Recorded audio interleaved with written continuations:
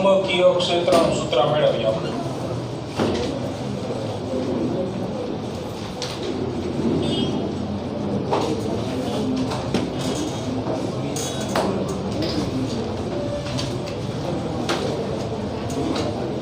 તો સૌથી પહેલા આનું સૂત્ર તારવણી જે છે એ પૂછાય તમને, તો એમાં તમારે ખાલી વ્યાખ્યાનો ઉલ્લેખ કરવાનો અને એની જે આકૃતિ હું તમને અહીંયા એક દોરાવીશ નાનકડી એવી, એ સમજવા માટે. એ તારવણીમાં નથી દોરવાનું. પહેલા સોલેનોઇડ એટલે શું એ સમજી લઈએ આપણે. તો એને દોરવા ખાતર જ દોરવાની છે.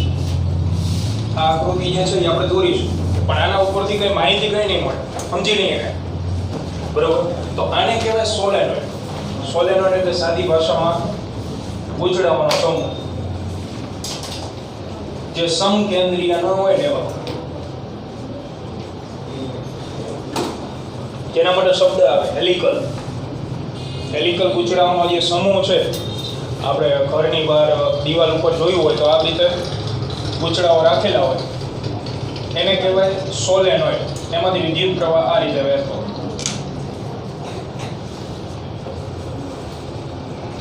આ વિદ્યુત પ્રવાહ. પણ આમાં એ ખબર જ ન પડે તમને. આપણે જે સૂત્ર તારવશું એ આના ઉપરથી માહિતી ન પડે, એટલે આને ખાલી દોરી નાખવાની, એની એક વ્યાખ્યા ઉપર લખવાની થશે કે જેમાં તમને ગૂંચળાઓનો સમૂહ જોવા મળતો હોય, હેલિકલ ગૂંચળાઓનો, એને સોલેનોઇડ કહેવાય. એમાં બે વસ્તુ આવે, ત્રિજ્યા, લંબાઈ. આ એટલા માટે દોરવાનું કે આના ઉપરથી સોલેનોઇડના બે પ્રકાર આવશે. એક અતિ લાંબુ અને ટૂંકું સોલેનોઇડ. આ ગુજરાત બોર્ડમાં નથી, આ છે. આના માટેનું આપણે સૂત્ર ગોતશું.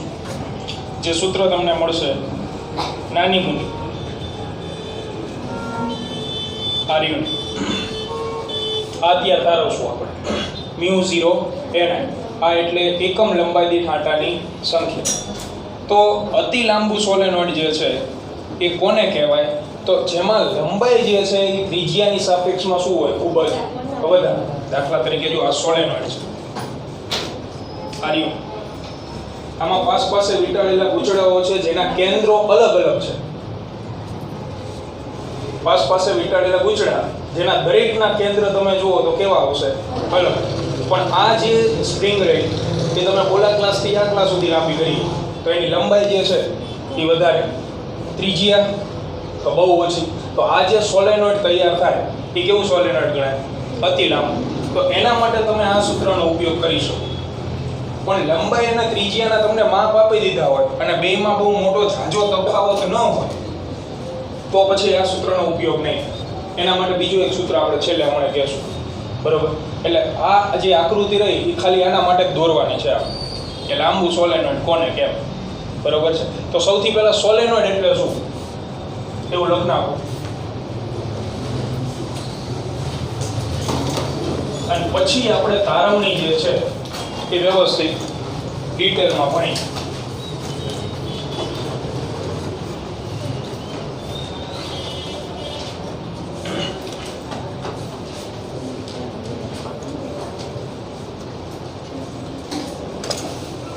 તો લખો એમાં વ્યાખ્યા સોલેનોઇડની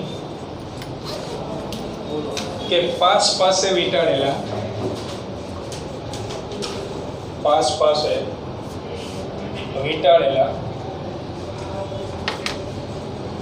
તારોના હેલિકલ ગૂંચળાને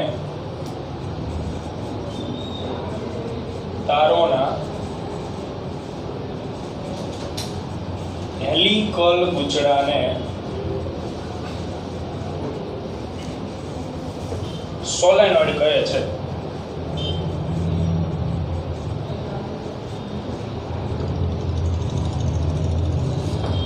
પછી આ આકૃતિની જગ્યા મૂક દો અને નીચે લખો જે સોલેનોઇડમાં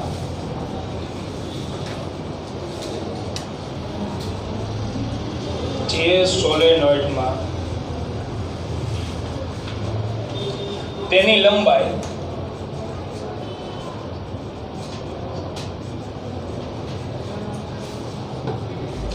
ત્રિજ્યા કરતા ખૂબ જ વધુ હોય ત્રિજ્યા કરતા ખૂબ જ વધુ હોય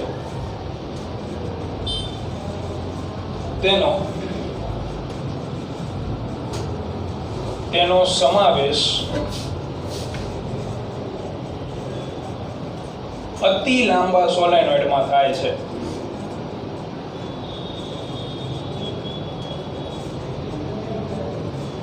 અતિ લાંબા સોલેનોઇડમાં થાય છે.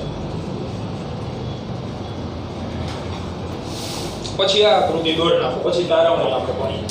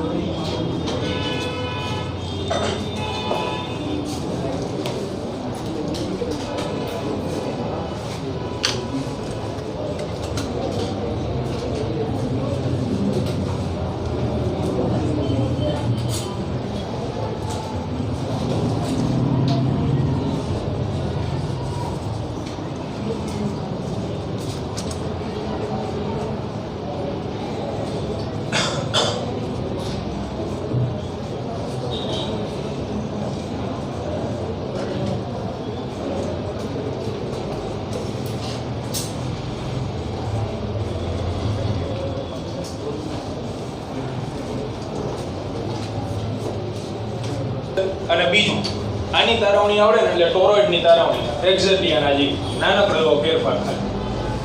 આપણે બંધ ટોપિક બંધ કરતા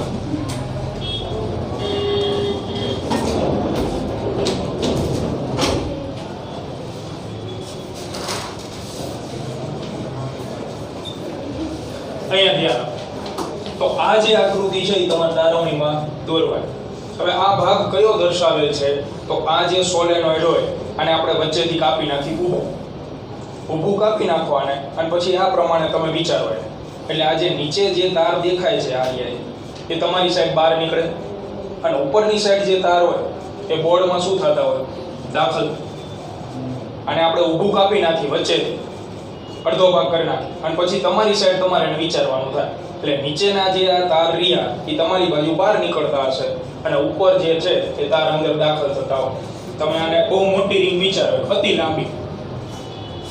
એનો ખાલી અડધો ભાગ જ આ ક્લાસમાં આવે ને, બાકીનો અડધો ભાગ કયા ક્લાસમાં જાય? પાછળના ભાગમાં. તો એ અડધો ભાગ તમારે વિચારવાનો છે સોલેનોઇડ લખતી વખતે. તો અહીંયાથી આ છેડો રહ્યો એ બહાર નીકળશે, અને અહીંયા એ જ છેડો શું થતો હશે? અંદર દાખલ. એટલામાં ખબર પડે. ચાલો, લંબ સ્વરૂપે બહાર નીકળતો હોય તો ડોટ કે ક્રોસ? લંબ સ્વરૂપે બહાર નીકળતો હોય તો સંજ્ઞા શું આવે? ડોટ. એટલે અહીંયા આપણે ડોટ દર્શાવી, અને એ જ છેડો લંબ સ્વરૂપે અહીંયા અંદર દાખલ થતો હોય એટલે ક્રોસ. હવે સોલેનોઇડમાંથી તમારે પ્રવાહ પસાર કરવાનો, કારણ કે ચુંબકીય ક્ષેત્ર ક્યારે ઉત્પન્ન થાય? વિદ્યુત પ્રવાહ વહેતો હોય તો. એટલે આ જે તાર છે એ અહીંથી બહાર નીકળો, આમાં ગયો, વળી પાછો એ પાછળની સાઈડથી આવીને અહીંયાથી બહાર નીકળશે, પાછો જશે. એટલે હેલિકલ ગૂંચળું આપેલું છે, પાસે મીટાડે. એમાંથી તમે પ્રવાહ પસાર કરો તો વિદ્યુત પ્રવાહ સીધી દિશામાં વહેશે કે વર્તુળ દિશામાં? વર્તુળ. અંગૂઠો કે આંગળી? આંગળીઓ. તો જમણા હાથની આંગળીઓ તમે ગોઠવશો, આ પ્રમાણે ગોઠવવાનું થાય. અહીંથી પ્રવાહ બહાર નીકળે છે તો હું તમારી સાઈડ રહી ન સમજાવી શકું, તમારી સાઈડ આ પ્રમાણે ભરી અહીંયાથી આંગળીઓ બહાર નીકળશે, અને આ બાજુ આંગળીઓ અંદર દાખલ થાય. દરેકમાં એવું થશે ને, તો અંગૂઠો કઈ બાજુ આવે? આ તરફ. એટલે કે ચુંબકીય ક્ષેત્રની દિશા જે છે એ આ મુજબ આવશે. તો આ રેડ કલરની પેનથી જે રેખાઓ દર્શાવેલી આપણે, એ કોની દિશા થશે? ચુંબકીય ક્ષેત્ર. સદિશ બી. તો દોરતી વખતે નાનકડી બાબતનું ધ્યાન રાખવા. જો તમે ડોટ અહીંયા કરો અને ક્રોસ અહીંયા કરો છો તો ચુંબકીય ક્ષેત્ર આ તરફ મળે છે. જો આ બે ઊંધું કરી નાખો, અહીંયા ડોટ લઈ લો અને ક્રોસ અહીંયા લઈ લો, તો ચુંબકીય ક્ષેત્ર ક્યાં આવશે? આ તરફ. એ ચોપડીમાં આપ્યું છે તમને, એ હમણાં જોજો. બરોબર, એટલે દોરતી વખતે એ ધ્યાનમાં રાખો, આડેધડ નહીં મટી પડવાનું. એટલે આ પ્રમાણે ચુંબકીય ક્ષેત્ર આપણને મળે છે, જે આ બાજુ છે. હવે લખાણ ટૂંકું બનાવવા માટે વધુ નામ નિર્દેશન આપણે આકૃતિમાં જ કરી નાખવાનું. તો અહીંયા વિદ્યુત પ્રવાહ જે છે એ સમતલને લંબ ક્યાં છે? અંદરની તરફ. એટલે સમતલને લંબ અંદર જતો વિદ્યુત પ્રવાહ. જ્યારે આવડો આ જે છે એ સમતલને લંબ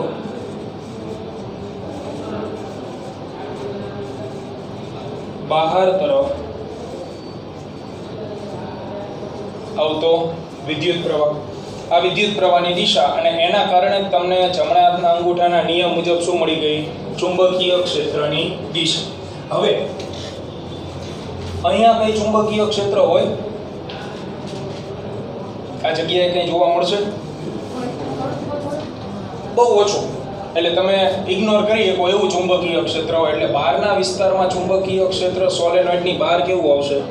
જી, ચુંબકીય ક્ષેત્ર બહુ મોટું ક્યાં જોવા મળશે? સોલેનોઇડની અંદરના વિસ્તારમાં. કારણ કે તમે વિચાર કરો કે ખાલી એક આંટાવાળી રિંગ હતી, એનું તમે ચુંબકીય ક્ષેત્ર જોતા હતા અથવા ગોતતા હતા, એ આ બાજુ મળતું હોય. હવે એવા તો કેટલા બધા આંટા છે? ઘણા બધા. એટલે દરેકના ચુંબકીય ક્ષેત્ર પાછા સમાન દિશામાં છે. સમાન દિશામાં તમે શું કરો? સરવાળો. તો પ્રબળ ચુંબકીય ક્ષેત્ર સોલેનોઇડની ક્યાં મળે? અંદરની સાઈડ. એટલે આપણે અંદરની સાઈડ જ ચુંબકીય ક્ષેત્ર ગોતવું છે. તો સૌથી પહેલું કામ શું કરવાનું? બિંદુ લો. ગઈકાલ તમે તારનું ભણતા હતા, તો તારમાં આપણે બે ચુંબકીય ક્ષેત્ર મેળવ્યા. મારે તારની બહાર જોતું હોય, સૌથી પહેલા બિંદુ P ધારતા હતા આપણે, પછી એમ્પિરિયન લૂપ લેતા હતા ને, અને પછી અંદરની સાઈડ ચુંબકીય ક્ષેત્ર જોતું હોય તો બિંદુ ક્યાં લેતા હતા? અંદર. અને પછી એને અનુલક્ષીને શું લેતા હતા? એમ્પિરિયન લૂપ. તો તમારે જ્યારે એમ્પિયરના સર્કિટલ નિયમ ઉપરથી ચુંબકીય ક્ષેત્ર જોતું હોય તો બે સ્ટેપ. પહેલા જ્યાં ચુંબકીય ક્ષેત્ર જોતું હોય ત્યાં બિંદુ ધારી લો, અને બીજું સ્ટેપ એ બિંદુને સમાવતું હોય એવું એમ્પિરિયન લૂપ ધારી લો. લૂપ કેટલા પ્રકારના હતા? બે, ચોરસ અને વર્તુળ. તો અહીંયા આપણે બિંદુ ધ્યાનમાં લઈ લઈએ અંદરની સાઈડ. ધારો કે આપણે આ P બિંદુ પાસે ચુંબકીય ક્ષેત્ર જોતું છે. P બિંદુ આવે. તો હવે આને અનુલક્ષી તમે એમ્પિરિયન લૂપ ધારશો. તો અહીંયા એમ્પિરિયન લૂપ વર્તુળ નહીં લઈએ આપણે, શું લેવાનું થશે? ચોરસ. ચોપડી મુજબ હાલવું છે ને, એટલે બાકી વર્તુળથી જવાબ ન આવે એવું નથી, જવાબ મળે. તો આને અનુલક્ષીને એક એમ્પિરિયન લૂપ ચોરસ લઈ લઈએ.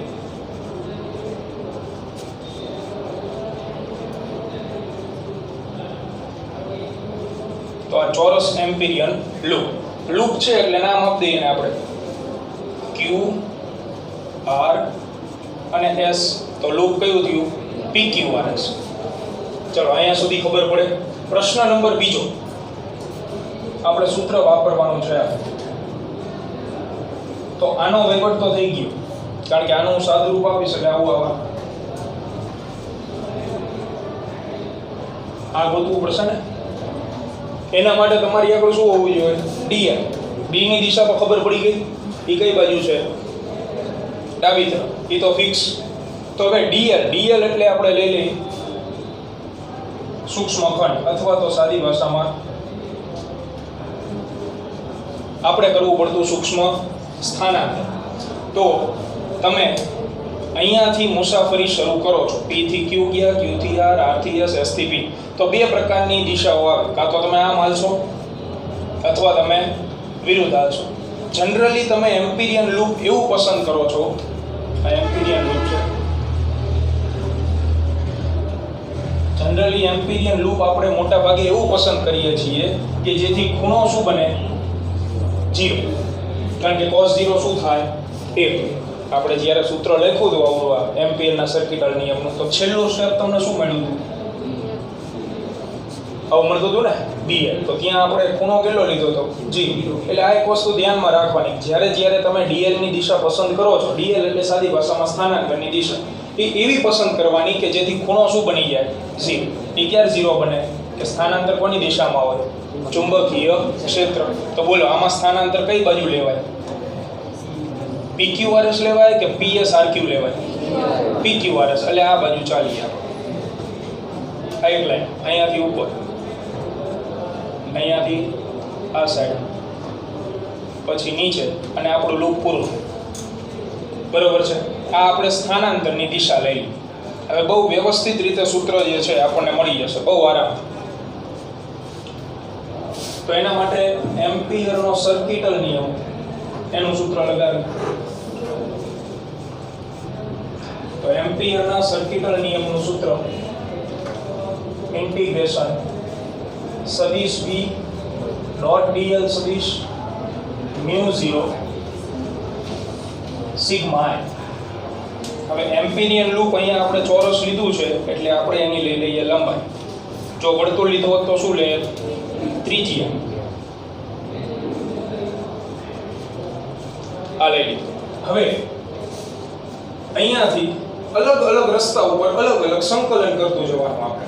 તો અહીંયાથી આપણે આ પ્રમાણે આના 4 ભાગ લાવીએ. p થી q b dl cos. આપણે લખાણ ટૂંકું બનાવવાનું છે એટલે જોડે જોડે કિંમત મૂકતી જ જાવ. ડોટ ગુણાકાર મેં છૂટો કર્યો એટલે cos થીટા આવશે. થીટા કોના વચ્ચેનો ખૂણો થવાનો? b અને d. p થી q રસ્તામાં જુઓ, ખાલી p થી q માં 90 નો ખૂણો દેખાય ને? સદિશ b કઈ બાજુ છે? આ તરફ. તમે p થી q જાઓ તો તમારું સ્થાનાંતર કેવી રીતે થવાનું છે? ઊભું. તો બે વચ્ચેનો ખૂણો કેટલો બનશે? 90. એટલે cos 90 પ્લસ q થી r ચાલો કેટલો બને? સરસ. ખૂણો જ ન બને. ખૂણો બનવા માટે હોવું શું જોઈએ? b ને dl બે. b છે નથી. વાર્તા જ પૂરી થઈ ગઈ. 0. સીધું શું મૂકી દેવાનું અહીંયા? ચુંબકીય ક્ષેત્ર 0 છે. ચુંબકીય ક્ષેત્ર ન હોય ખૂણો બનાવવાની વાત આવતી નથી. કારણ કે આ જે ભાગ રહ્યો QR ભાગ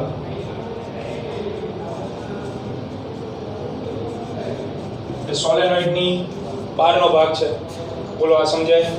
કદાચ cos 180 મૂકો તો વાંધો ન આવે, પણ એના પછીના સ્ટેપમાં તમારે અહીં 0 મૂકવું પડે અને પછી 0 થાય, કારણ કે cos 180 તો શૂન્ય થતું છે નહીં. એટલે અહીંયા ખૂણો લેવાની વાત જ ન આવતી. ચુંબકીય ક્ષેત્ર શું લઈ લેવાનું આપણે? 0. એના પછી આગળ ચાલો r થી s. બોલો r થી s માં ખૂણો કેટલો બને? વળી પાછો 90 બને ને? કારણ કે જો r થી s માં આટલા ભાગમાં ચુંબકીય ક્ષેત્ર નથી, બહાર છે ને, પણ આટલો ભાગ તો અંદર છે કે નહીં, એટલે એનું ચુંબકીય ક્ષેત્ર તો આવવાનું જ છે. અને એમાં તમે સ્થાનાંતર ક્યાં કરો છો? નીચેની સાઈડ. ચુંબકીય ક્ષેત્ર ક્યાં છે? આ તરફ. તો બે વચ્ચેનો ખૂણો કેટલો બનશે પાછો? 90. અને છેલ્લો ભાગ પ્લસ ઇન્ટિગ્રેશન s થી b b dl. બોલો એમાં ખૂણો 0 ઇક્વલ ટુ μ0 સિગ્મા. બોલો દરેક વિદ્યાર્થીને આ બાબતમાં ખબર પડે. 3 પદ 0, cos 90 0. આ તો એમના મૂલ્ય ગયું. વળી પાછું cos 90 0, cos 0 1. તો અહીંયા વધશે ઇન્ટિગ્રેશન b dl. જમણી બાજુ μ0 સિગ્મા. જોજો બહુ નાનકડી એવી વાત છે કે સંકલનમાં બંધ ગાળો દર્શાવતા નહીં, માર્ક કાપી નાખશે. કારણ કે અહીંયા તમે સંકલન કરો છો એ બંધ માર્ગ ઉપર છે p થી q. તો p થી q બંધ માર્ગ છે નથી, એટલે ત્યાં વર્તુળ નહીં દર્શાવવાનું.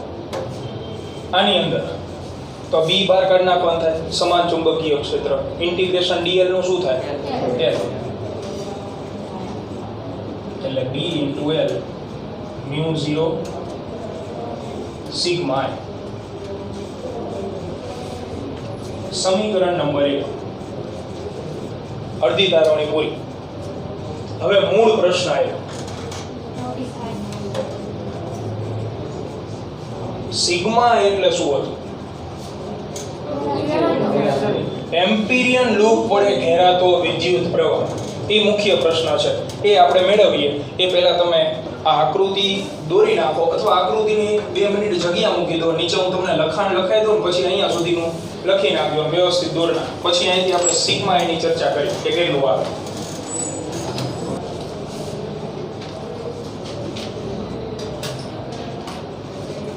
સોલેનોઇડનો આડછેદ દર્શાવેલ છે. સોલેનોઇડનો આડછેદ દર્શાવેલ છે.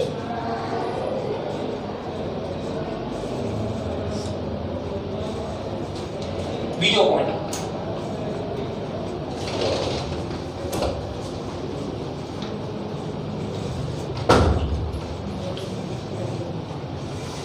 સોલેનોઇડની બહારના ભાગ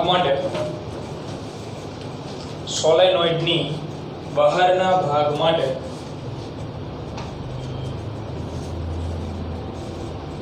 B બરાબર 0. એના પછી મુદ્દો, આપણે સોલેનોઇડની અંદર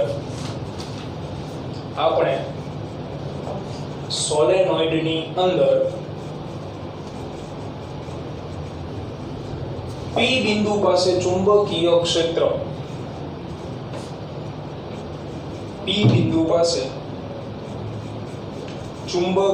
ક્ષેત્ર મેળવવું છે.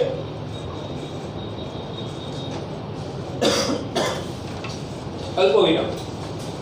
તેથી તેને સમાવતું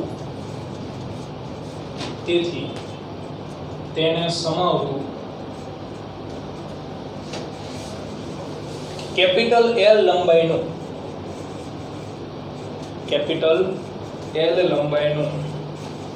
એમ્પિરિયન લૂપ ધારો.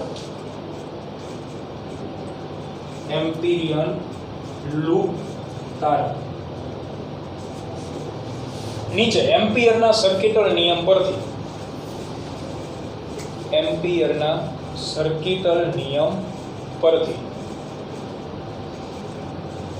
અહીંથી કન્ટિન્યુ હોય આ સમીકરણ, પછી આ બધું લખી અહીં સુધી પહોંચી જાઓ તો આકૃતિ દોર નાખો ને અલગના. ચલો હવે સિગ્મા એ મેળવવાનું છે આપણે. તો સિગ્મા એ કઈ રીતે મળશે ધ્યાનથી સમજો. પહેલી વસ્તુ તો સિગ્મા એટલે શું? એમ્પિરિયન લૂપ વડે ઘેરાતો વિદ્યુત પ્રવાહ. તો પહેલી વસ્તુ તો એમ્પિરિયન લૂપ ઉપર તમે ખાલી ધ્યાન આપો, બાકીનું સોલેનોઇડ તમે ભૂલી જાઓ. એટલે આ આપણે કાઢી નાખીએ બાકી વાત.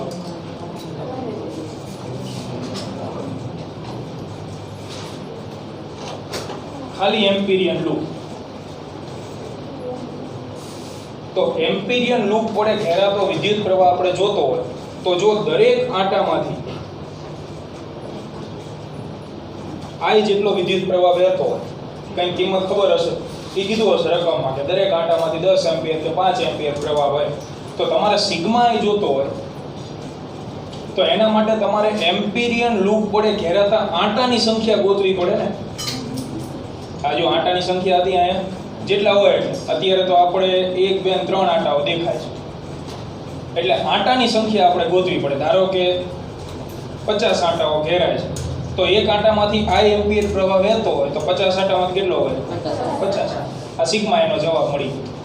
એ જ વસ્તુ આપણે લખવાની છે, બરોબર. એટલે સૌથી પહેલા જે આ સિગ્મા એ ગોતવાની પ્રોસેસ રહી એ સોલેનોઇડ અને ટોરોઇડ બેયમાં એક જ હરખી રહેશે. એટલે અહીંયાથી સૂત્ર તારાઓની સમાન. આ બિંદુથી સોલેનોઇડની હોય ટોરોઇડની હોય, સૂત્ર તારાઓની એક જ હરખી રહે. તો એમાં સૌથી પહેલા લખ નાખવાનું કે એકમ લંબાઈ દીઠ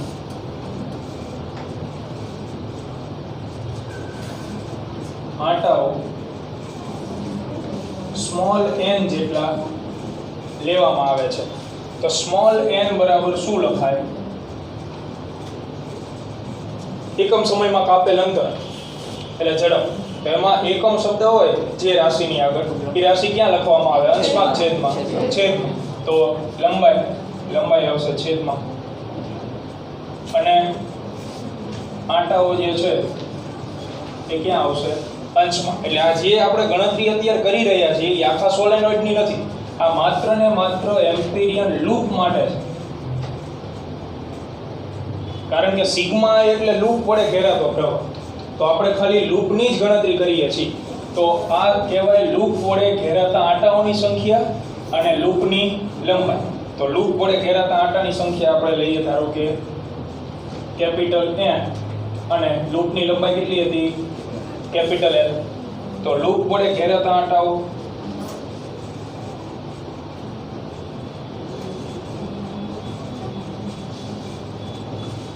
કેપિટલ N એના બરાબર શું લખાય? અહીં આવીએ એટલે n ઇન્ટુ L. આ તમને લૂપ વડે ઘેરાતા આંટાઓની સંખ્યા મળી તો પ્રવાહ આવી ગયો. જો દરેક આંટામાંથી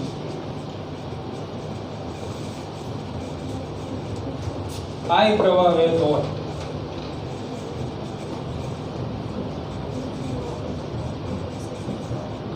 તો ત્રિરાશિ આ રીતે આવે. ઘેરાતો પ્રવાહ વિરુદ્ધ આંટાઓની સંખ્યા. જો એક જ આંટો હોય, ખાલી એક જ આંટો, તો એક આંટામાં કેટલો પ્રવાહ વહે છે? I. ઘેરાતા આંટાની સંખ્યા કેટલી મળી તમને? n. તો એમાંથી વહેતા પ્રવાહને આપણે શું કહીએ? સિગ્મા એ કહેવામાં આવે ને. તો સિગ્મા એ બરાબર લખાય શું? n into I. એટલે અહીંયા તમે ઘેરાતા પ્રવાહનું મૂલ્ય મેળવી લીધું. સિગ્મા I ઇક્વલ ટુ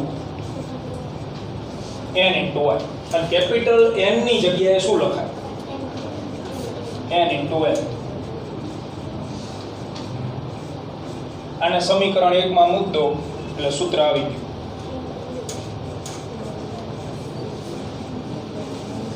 તો સમીકરણ 1 ની અંદર મૂકીએ B into L equal to μ0 sigma એ ની જગ્યાએ n L I. સરસ. મને અત્યારે ખબર પડી L કેન્સલ થઈ ગયું. તો સૂત્ર તૈયાર. નાની મોટી μ0 n I, જ્યાં સ્મોલ n બરાબર શું આવશે? કેપિટલ N ના છેદમાં L. એટલે કુલ આંટાઓની સંખ્યા રકમમાં કીધું હોય કે 5000 આંટાઓ છે અને સોલેનોઇડની લંબાઈ 50 મીટર છે. તો સ્મોલ n અલગથી ગોતી લેવા. 5000 ના છેદમાં 50 અને પછી આમાં કિંમત મૂકવાની થાય. એટલે કેપિટલ L એટલા માટે જ ઉડી ગયા. કેપિટલ L એટલે એમ્પિરિયલ લૂપની શું હતી? લંબાઈ. તો એક વિદ્યાર્થી આવડું લૂપ ધારે, એક વિદ્યાર્થી આવડું લૂપ ધારે, તો બેમાં કઈ જવાબ સરખા ન મળે. એટલા માટે એમ્પિરિયલ લૂપની લંબાઈ જે છે એ છેલ્લે શું થાય? ઉડી જાય. લૂપ તમે ગમે એવડું ધારો, સૂત્રમાં એનો ઉલ્લેખ જ ન થતો. કેપિટલ N ના છેદમાં L મળે તો એ તમારે કુલ આંટાની સંખ્યા કુલ લંબાઈ લેવાની આવશે સોલેનોઇડની. તો અહીંયા સૂત્ર પૂર્ણ થાય. અને આ પ્રોસેસ જે છે એ ટોરોઇડમાં એવી ને એવી જ રહેશે. ફરીથી એકવાર સમજી. પહેલા આ વિધાન લખ નાખવા. એકમ લંબાઈ દીઠ આંટાની સંખ્યા, કુલ લંબાઈ છેદમાં લંબાઈ, કુલ આંટાની સંખ્યા છેદમાં લંબાઈ. હવે એક આંટામાંથી વિદ્યુત પ્રવાહ I વહેતો હોય તો ઘેરાતા આંટાની સંખ્યા તમે જે પણ મેળવેલી હોય એમાંથી વહેતો વિદ્યુત પ્રવાહ કેટલો થાય? તો બંનેનો ખાલી શું કરવા થાય? ગુણાકાર. એટલે n L I. આ એકમ લંબાઈ દીઠ આંટાની સંખ્યા. છેલ્લે મૂકો એટલે તમને સૂત્ર મળે. ટોરોઇડમાં આને આ સૂત્ર આવશે. જો ટોરોઇડ આપણે સોલેનોઇડ જેવી જ રચના, એની અંદર તમને જે સોલેનોઇડના બે છેડાઓ રહ્યા એને તમે જોડી દો એટલે જે રચના તૈયાર થાય ને એને કહેવાય ટોરોઇડ. આ સોલેનોઇડ હોય, આના જે બે અંત્ય બિંદુ હોય એ અંત્ય બિંદુ આમ કરીને આમ જોડી દેવા એટલે જે વર્તુળાકાર રચના તૈયાર થાય આ પ્રમાણે એને શું કહેવામાં આવે છે? ટોરોઇડ કહેવામાં આવે. તો હવે એમાં નાનકડો એવો ફેર જ આવશે કારણ કે સૂત્ર તો આ જ મળવાનું.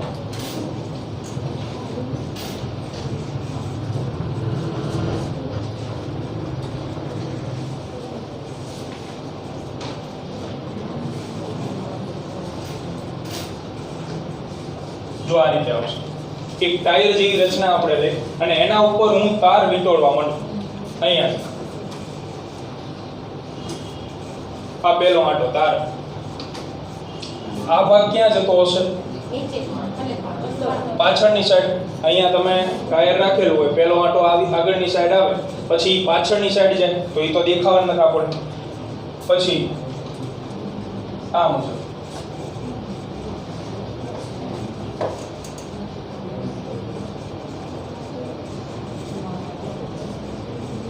આ વિદ્યુત પ્રવાહ દાખલ થયો. આ પ્રવાહ અહીંયા દાખલ થાય તો પહેલા આંટામાં પ્રવાહ આવી રીતે વહે આ બાજુ. પછી આ આંટો જે છે એ પાછળની સાઈડ છે એ કોની યાર જોડાયેલો હશે? આની યાર. આ તાર દેખાય ને અહીંયા આવી રીતે જોડાણો, એટલે જ આ ભાગ આગળની સાઈડ પાછો બહાર નીકળે, પાછો આવડો અહીંયા આ પ્રમાણે જોડાણ કરેલું હોય. તો દર વખતે વિદ્યુત પ્રવાહ જે છે એ તમને કઈ દિશામાં મળશે? રાઉન્ડ શેપમાં. તો હવે ચુંબકીય ક્ષેત્રની દિશા મને આમાં જણાવો, કઈ રીતે આવે? ચુંબકીય ક્ષેત્ર કઈ રીતે આવે? વિદ્યુત પ્રવાહ તો આમ જ વહેવાનો દર વખતે. અને છેલ્લા અહીંથી પ્રવાહ બહાર કેવી રીતે આવે? સ્પર્શકની દિશામાં અથવા ત્રિજ્યાવર્તી દિશામાં, એવું કહીએ તો તમે જો ધ્યાનથી જમણા હાથની આંગળીઓ ફેરવતા જાઓ, ધ્યાનથી અહીંયા હું ફેરવું તો આને સમાંતર જમણા હાથની, કારણ કે આ વસ્તુ આખી 3D છે, તમને આમાં સમજાઈ જાય તો બહુ સારી બાબત કહેવાય. અહીંયા જમણા હાથની આંગળીઓ ફેરવી એટલે અંગૂઠો ઉપર. પછી હવે આ આંટાની દિશામાં તમારે જમણા હાથની આંગળીઓ ફેરવવી હોય તો પહેલા એને સમાંતર ગોઠવવી પડે, એટલે આ મુજબ થઈ જાય ને, આમ કરીને આમ ફેરવવાનું તો અંગૂઠો આમ થઈ જાય. એવી જ રીતે એક્ઝેક્ટલી ઉપરની પોઝિશનમાં આવો અહીંયા, તો ત્યાં તમારે જમણા હાથની આંગળીઓ આમ થઈ જાય, આ મુજબ બહારની સાઈડ આવે તો અંગૂઠો ક્યાં થાય? નીચેની સાઈડ. ત્રિપરિમાણમાં તમારે વિચારવું પડે.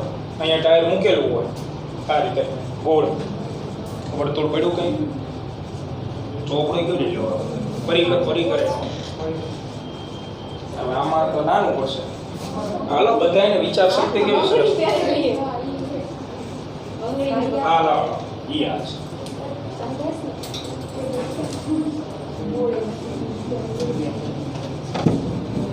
આ પ્રમાણે આ જે રચના રહી, જે બ્લેક કલરની પેનથી તમને દેખાય છે આ ભાગ.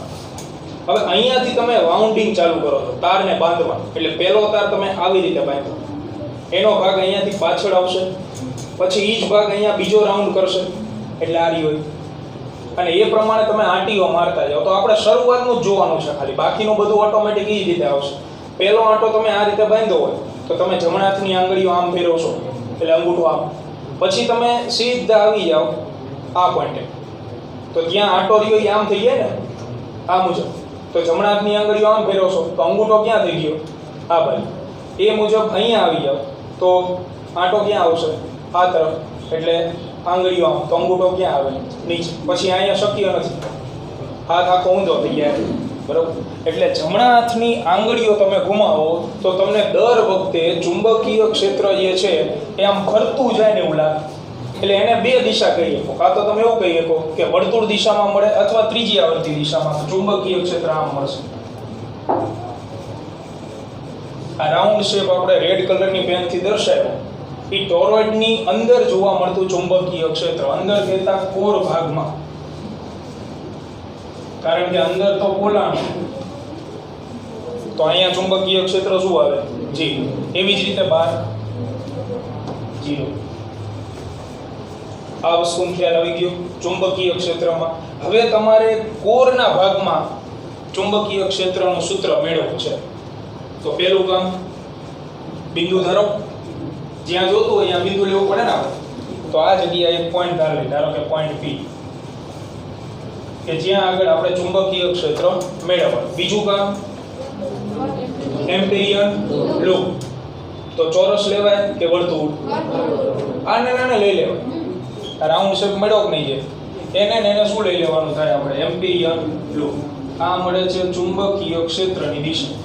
જો જનરલી તમે અત્યાર સુધી જેટલી તારવણી કરી તેમાં એક વસ્તુ કોમન આવી કે તમે જે એમ્પિરિયન લૂપ લો છો એ એવી રીતે લેવામાં આવે છે કે જેથી B અને DL વચ્ચેનો ખૂણો 0 થઈ જાય. આપણે તારની વાત કરી તો તારમાં વિદ્યુત પ્રવાહ ઉપરની સાઈડ વહેતો, તો એમ્પિરિયન લૂપ આ રીતે લીધું હતું ને આપણે, બરોબર? પછી અત્યારે સોલેનોઇડમાં તમે ચોરસ લૂપ લીધું હતું, તો એમાં વિદ્યુત પ્રવાહની ચુંબકીય ક્ષેત્રની દિશામાં આપણે સ્થાનાંતર લીધું. એટલે અહીંયા બીજું કંઈ ગોતવા જ નથી જવાનું. આ ચુંબકીય ક્ષેત્ર જે દેખાય છે એને જ તમારે એમ્પિરિયન લૂપ લઈ લેવાનું. તો એ વર્તુળ હોવાથી એની પાસે પરિમાણ શું હોય? ત્રિજ્યા. ચોરસ હોય તો શું હોય છે? લંબાઈ. એટલે આ એમ્પિરિયન લૂપ બની. એમ્પિરિયન લૂપ. તો આમાં તો કહેવાનું આવે જ નહીં, ખૂણો શું થઈ જાય? 0, કારણ કે જ્યાં ચુંબકીય ક્ષેત્ર છે ત્યાં જ તમે શું ધારી લીધો? ખંડ. તો બે વચ્ચેનો ખૂણો દરેક બિંદુએ શું રહે? 0. એટલે આ લૂપ ઉપરના દરેક બિંદુએ મને ચુંબકીય ક્ષેત્ર કેવું મળે? એક જ સરખું મળવાનું છે, બરોબર? તો આ જે છે એ એમ્પિરિયન લૂપ. અને હવે બે સ્ટેપ કરો એટલે તારવણી પૂરી. પહેલું સ્ટેપ, એમ્પિયરનો સર્કિટલ નિયમ. તો એમ્પિયરનો સર્કિટલ નિયમ integration b dl cos θ mu 0 sigma. બોલો થીટા કેટલો મળ્યો? 0. cos 0 કેટલા? 1. તો આ ભાગ નીકળી ગયો એટલે આનું સાદુરૂપ હું આપી દઉં તો આવું થઈ જાય dl.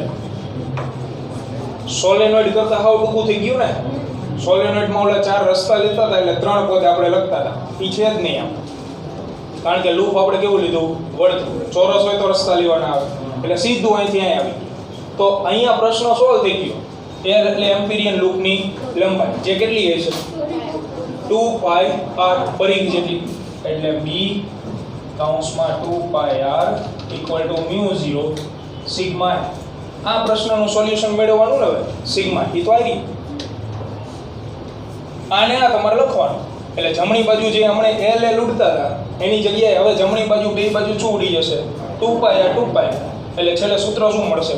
અને એટલે ટોરોઇડની તારવણી આપણે બાકી જ નથી કરવાની, જે કોઈ ખાલી આકૃતિ દોરવાની અને એક વ્યાખ્યા લખવાની. તો ટોરોઇડની વ્યાખ્યા આવશે સોલેનોઇડના અંત્ય બિંદુઓને જોડતા જે રચના તૈયાર થાય એને શું કહેવાય? ટોરોઇડ. એમાં 3 મુદ્દા તમારે શું લખવાના આવે કે ટોરોઇડની અંદર અને બહાર b = 0. કોર ભાગમાં ચુંબકીય ક્ષેત્ર 0 હોતું નથી, એટલે કોર ભાગમાં આપણે બિંદુ b લે એને સમાવતું શું ધારી લીધું? એમ્પિરિયન લૂપ. એના ઉપરથી આ બે સ્ટેપ અને પછી આ તો લખાણીનું એ. એટલે તમે સોલેનોઇડમાં લખો તો આ જ રીતે ફૂદડી કરી નાખો. આ જ લખાણ તમારા ટોરોઇડમાં આવશે. એ તમારે લખવું હોય તો લખવાનું, બાકી ઉપર મુજબ લખ નાખો, હાલ કોઈ વાંધો નહીં. ઉપર મુજબ તારવાની. જ્યાં જ્યાં L દેખાય આમાં ત્યાં દરેક જગ્યાએ તમે શું મૂકશો? L ની જગ્યાએ 2πr. બોલો ખબર પડે? ઓકે, પૂર્ણ કરો. ટોરોઇડની વ્યાખ્યા આપણે લખાઈ દીધી. આકૃતિ બાકી 2 મિનિટ જગ્યા મૂકજો. નીચે હું ખાલી 2 પોઈન્ટ લખાઈ દઉં કે અહીં ટોરોઇડની અંદર અહીં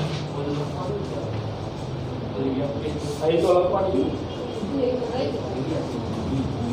ઉપર આકૃતિ બાજુમાં લખી નાખો તો યાદ. અહીં ટોરોઇડની અંદર અને બહાર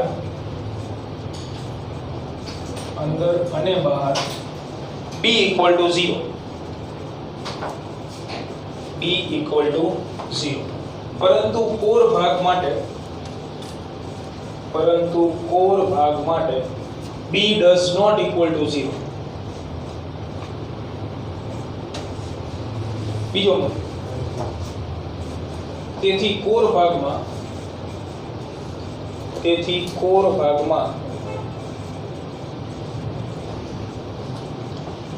બિંદુ P પાસે આપણે ચુંબકીય ક્ષેત્ર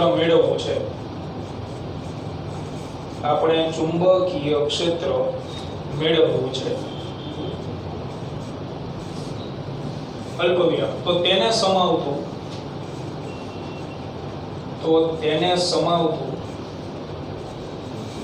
સ્મોલ r ત્રિજ્યાનો એમ્પિરિયન લૂપ ધ્યાનમાં લો.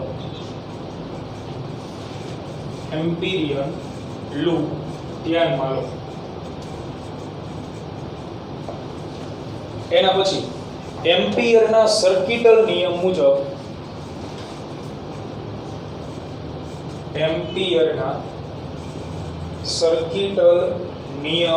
મુજબ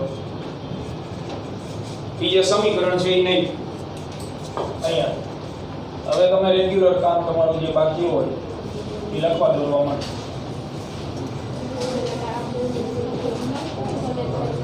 સીધો b dl cos θ એ લખી નાખો cos 0